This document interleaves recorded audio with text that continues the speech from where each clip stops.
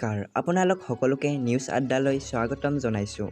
আজিৰ দিনটোৰ গুৰুত্বপূৰ্ণ বাতৰি লৈ আহিছোঁ আপোনালোকৰ মাজলৈ। বিগত 20 দিন ধৰি নিজৰ দাবীৰ সমাধানৰ দাবীত আন্দোলন চলাই অহা অংগনবাড়ী কৰ্মী আৰু সহায়কসকলে অন্ধ্ৰ প্ৰদেশ চৰকাৰৰ উদাসীনতাৰ অভিযোগ উত্থাপন কৰিছে।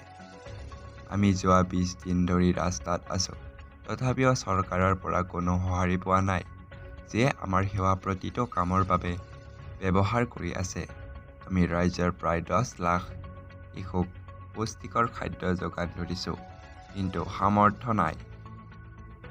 আমাৰ সামান্য দৰমহাৰ বাবেই আমাৰ ল'ৰা-ছোৱালীকো একেখিনি যোগান ধৰিব পৰা নাই। প্ৰতিবাদৰ অংশ হিচাপে প্ৰায় 1 লাখ অংগনবাড়ী কৰ্মী আৰু সহায়কাৰীয়ে নিজৰ কৰ্তব্যৰ পৰা বিৰত আছে। এই মহিলাসকল ঘৰৰ পৰা আঁতৰি গৈছে।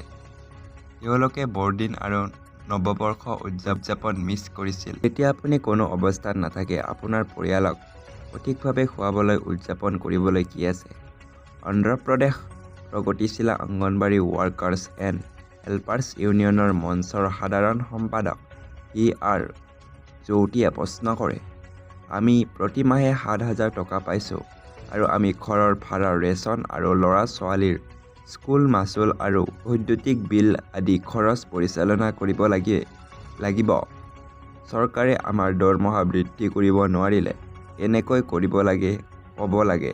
এৰাব নোৱাৰা চৰকাৰে আমাক কম মজুৰি দি আহিছে। সকলো কল্যাণমূলক আঁচনি আৰু কাৰ্যসূচী ৰূপায়ণৰ বাবে আমাক ব্যৱহাৰ কৰা হৈছে, কিন্তু আমাৰ কল্যাণ হৈছে চৰকাৰৰ মনত এক কথা। এনেদৰে ক'লে এগৰাকী প্ৰতিবাদকাৰী।